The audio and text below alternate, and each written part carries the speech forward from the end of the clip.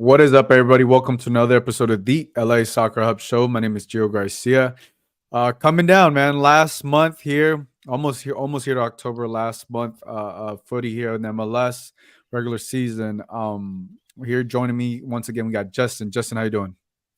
Doing well, man. Excited for another big week of football. It seems like we're back cram packed again with these back to back, 2, 3 games a week almost, rather than we had a little one a week break there. It seemed, but not anymore. We're back into it.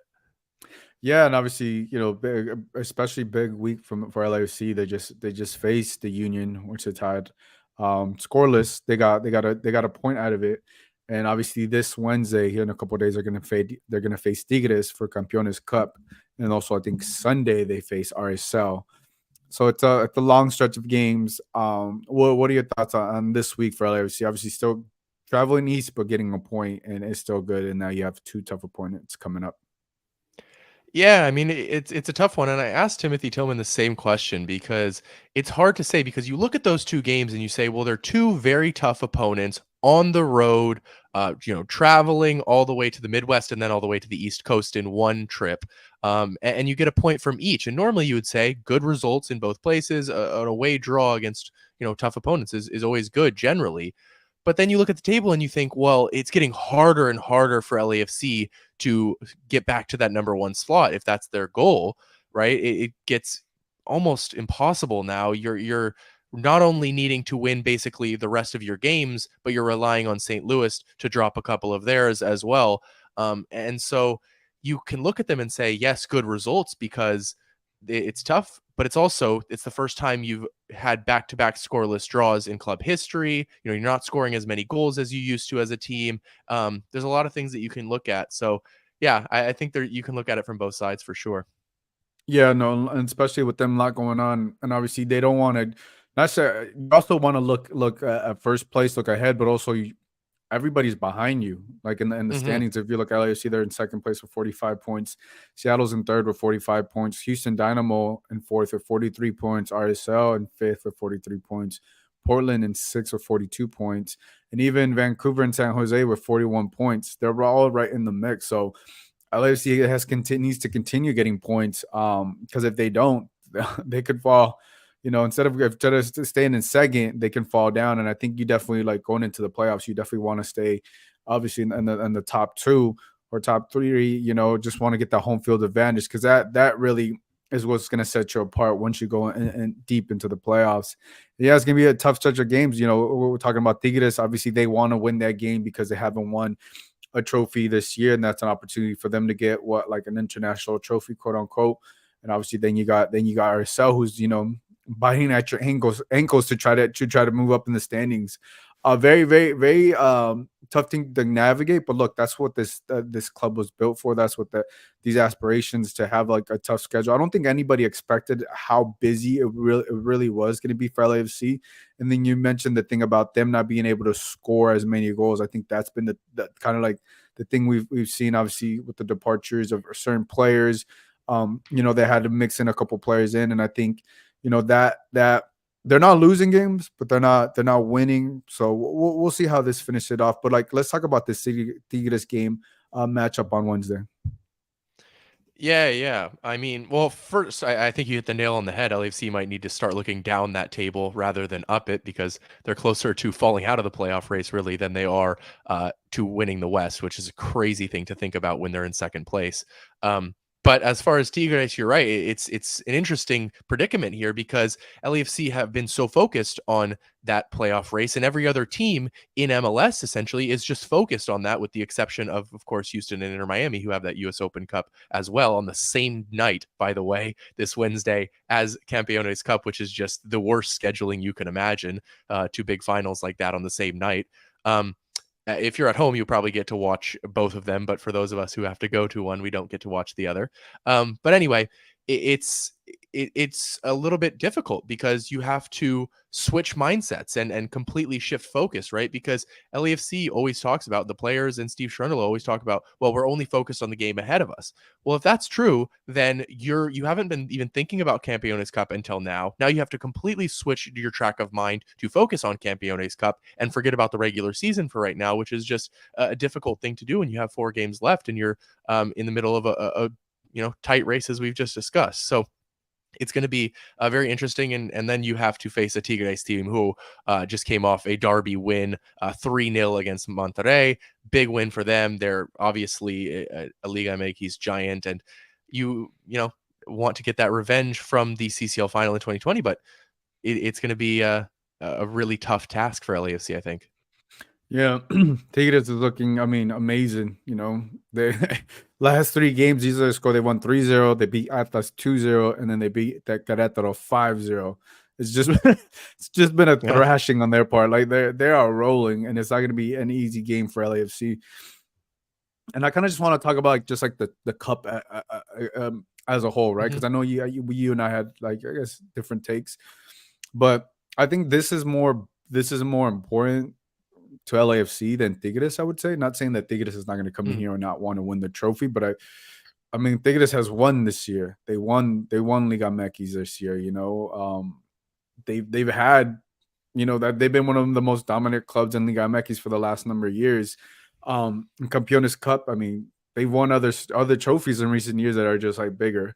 And I think Campeones Cup, to me, it's like, it's kind of like an exhibition. The best team that won Liga MX and the team that won MLS Cup last year. Obviously, like, a lot of these games, it's like a money grab, to be honest. But I know LFC is gonna want to win it because, look, I think this is their last opportunity, or to beat a big Liga MX team. Obviously, and you still have like the Champions League, like in 2020 when they lost to Tigres. But talk to me about why this is so much important. This trophy is important for LAFC. Yeah, no, I think you're probably right that it's much more important to LAFC than it is to Tigres. Because, as you say, LAFC have never won an international trophy, and no, it's not comparable to a CCL, obviously, but it is still an international trophy. I would compare it maybe to something like a Super Cup, which maybe is slightly bigger because it's between 2 European champions rather than 2 league champions, but it's the closest comparison I really have. I think it's much bigger than a Community Shield, which is really an exhibition, something like that in England, where they have the FA Cup winner against the Premier League winner. And they played at the beginning of the season. I think playing it right here in the middle of the season or the end of the season for MLS, the midseason for Liga MX, that it becomes a little bit bigger. But it certainly is a one-off final, and those are never going to be as big as a tournament or a league championship. It's never going to come close, but it is still something that LAFC want to win, and it becomes important, as you say, because LAFC are yet to win something this year, and that is a problem when you're coming off a historic double season, right? So there are chips on the table for LAFC, and the Liga MX talk as well. Can you beat a big Liga MX team? All of this and that. There are talking points for LAFC that I think make it slightly bigger for them than Tigres, as you say. Yeah, and and to your point, yeah, like, we'll see maybe next year where they put this tournament. Yeah, because it's so congested for for Liga MX and also MLS teams because of what everything's going on. And you mentioned also the Open Cup is going on too, with so many games that they're just trying to squeeze them in there, which is just insane. And yeah, and I'm very interested to see, obviously you always know Carlos Vela is going to be motivated for these games. He always is when he faces the Liga MX teams, and obviously you see Gignac, um, and then they also got Marcelo Flores back. They're like Tigres has a bunch of youngsters in their team, and they're just really, really good.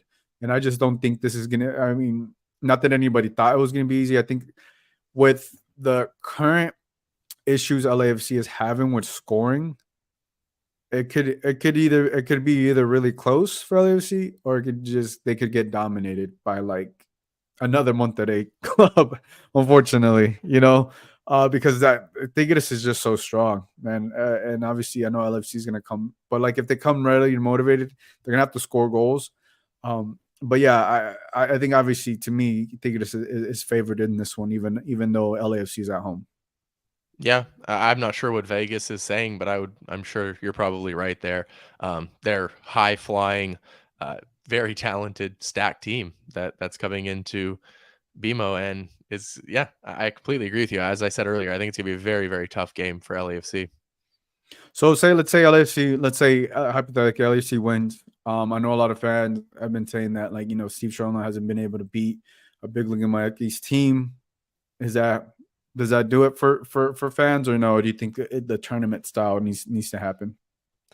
I guess you have to ask the fans, but I think I think it would be a big win for him. It would be a statement to say, I can do it in the big moment.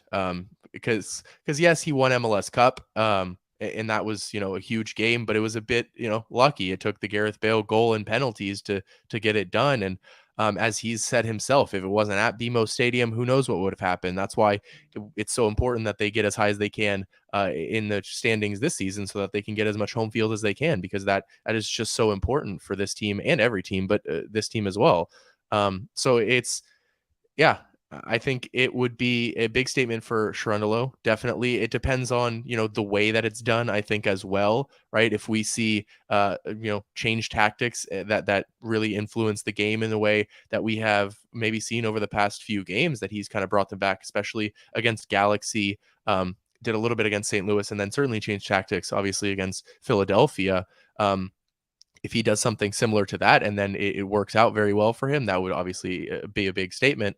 But he, as he did before the Champions League final, he's rested his team a little bit, right? Not quite nearly the same way. That was a full rotation into the second team.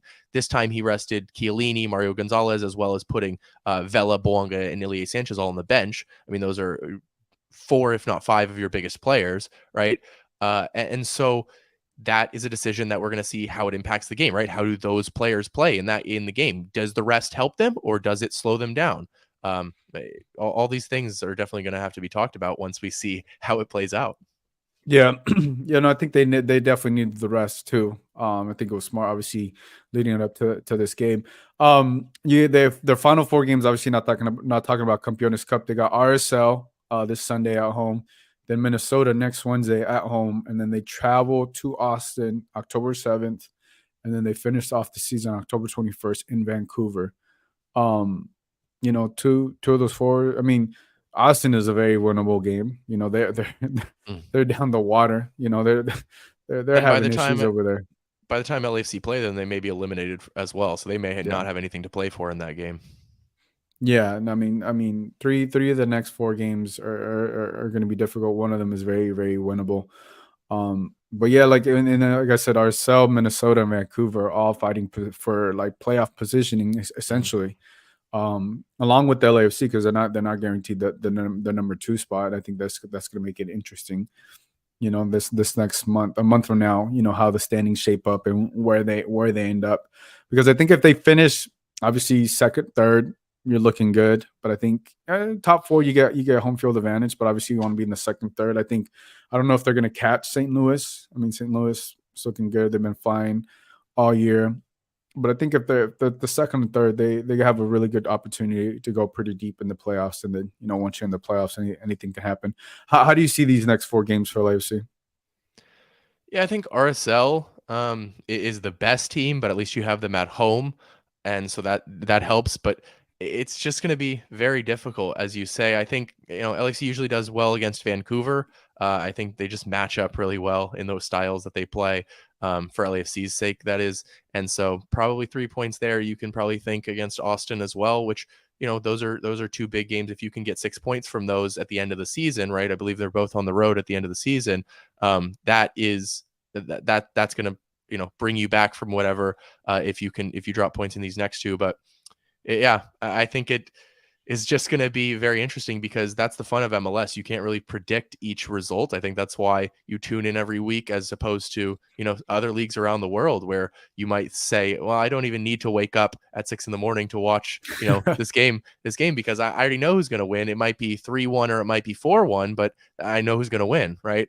That's not the case in MLS, and I think that's what makes this end of season, and then that decision day is going to be crazy in the Western Conference. You can call it now. Decision day is going to be absolute bonkers. But even these next few weeks leading up to that, there's just going to be so much change. LAFC loses a game, they can drop a few spots. They win a game, they'll stay there. So it's going to be, yeah, absolute chaos. I'm ready for it. Yeah, no, it's always is the last couple games in the MLS, so that's gonna be exciting. Let's switch things over.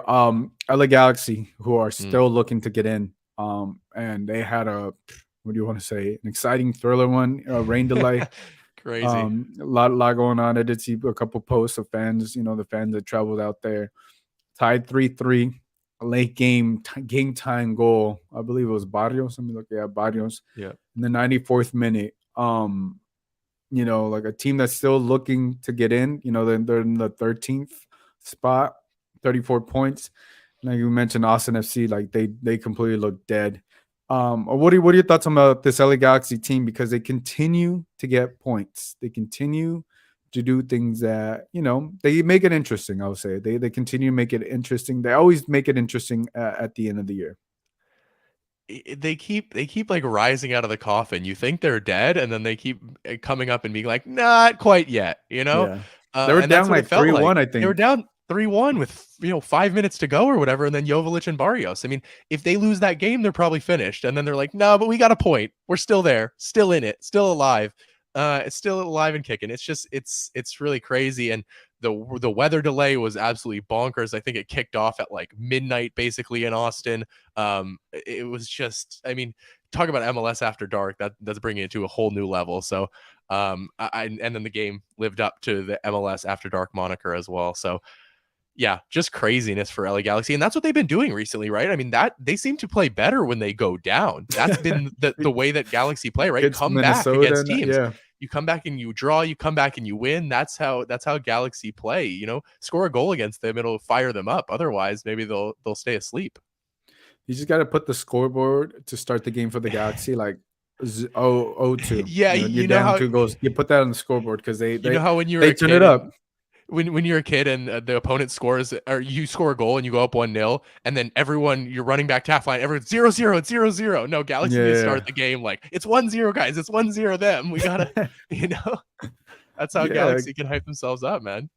Last game, like late game winning thrillers, late game tying goals. Like if you want to get like your emotions going, definitely watch a Galaxy game. Like it's Mm. up and down. It's like it's like the emotion of the roller coaster that they go through. It's insane.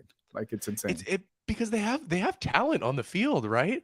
I mean, and so they'll score these goals that you're like, wow, that's a nice goal, or they just like come out of nowhere. But then defensively, they're really shaky as well, right? Which often makes for what you're saying, Yeah. these crazy games. And partly the reason, obviously, they're shaky defensively is injuries, which they suffered another one. But it's yeah, it's that kind of season for Galaxy, and it's probably going to be that way all the way until the end. They got 5 more games, 5 points out, right, from playoffs, so still in it, but it's gonna be crazy, and they're going to need some help as well as some big wins if they're going to make it. Yeah, look, their games are 100% exciting. I guess even if you talk to some fans, 100% depressing at the same time. Like you get like the best of both worlds with them. Like that's what I'm saying. You gotta like definitely if you have take your medicine because man, those games are insane, especially to finish out the season. But yeah, look, we'll see how we'll finish. Like you said, the biggest thing to me it's been their defense. And I think the last number of years, their defense is also always been the one key issue that they haven't been able to get down. Obviously, this year is because of injuries and everything that's happened with them. Um, Call it unlucky or whatever, but they just haven't been able to get it right on the defensive end. Um, but with that said, you can't count them out until it's completely done. It's completely done because they have there was they have the will to continue on fighting. They can continue fighting until we'll see. And that's just what MLS is, right? 9 spots per conference. You're always alive unless you're Colorado. No, yeah. Colorado's completely done. Yeah, they have 5 games left. Next game's at home versus Portland. Then they travel to Seattle. They got Minnesota. They That travel to Portland one's gonna be Minnesota. big, man. That Yeah. Portland one, because Portland's right around that area too, right? So Oh my goodness, the next 5 games are tough. They got Portland this Saturday. Like I said, October 3rd or 4th, excuse me, next Wednesday versus Sounders, Minnesota, October 7th. And then to finish off the season at home, they got RSL the 14th, yeah. and then they travel to and then they got FC Dallas on the 21st. Yeah, That it's gonna Dallas be game, just imagine that Dallas game is on decision day. Yeah, just yep. imagine. I mean, Dallas right now is in that last playoff spot. Imagine that's a game for playoffs on decision day. Yeah. It's gonna be interesting because they I think the last time they had something like that, they were knocked out. I think when it was like Zlatan. Mm, I yeah. think decision day they got knocked out. I think it was like a Mm-hmm. crazy finish. They needed a goal or whatever, but like, yeah. That was gonna be Decision fun. day is always fun in MLS, Oh, and it's it is. tighter than ever this year. So it's just gonna be crazy. Yeah. No, that's good. Well, with that said, anything else you'd like to add, Justin, before we hop off here? No, I mean, you better decide. Are you going to watch LAFC Tigres in Campeones Cup? Or are you going to watch Miami and Lionel Messi? Or are you going to be able to stay home and watch them both? That's your decision for anybody watching. Yeah, Wednesday. You got opportunity to watch both. Yeah. I mean, obviously, I guess obviously if you're not an LAFC or Tigres fan, I think you're definitely gonna watch the Miami one.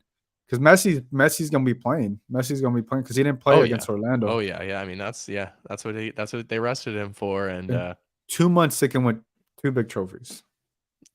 absolutely 2 big cup trophies. It's going to be very exciting. I mean, they're obviously big favorites to win it as well. So yeah, I'm going to try and tune in as much as I can before LAFC, but we'll be at the stadium probably by the time that's kicks off. So Yeah. yeah. We'll see. Trying to watch both wouldn't be bad, but yeah, look. Don't blame me if you can only watch one. But with that said, guys, if you're in LA, obviously an LAFC fan, definitely go watch the game on Wednesday. It's gonna be a good one. Think it is just LAFC. If not, definitely enjoy it at home. But with that said, for Justin, this is Joe. We'll catch you guys next time.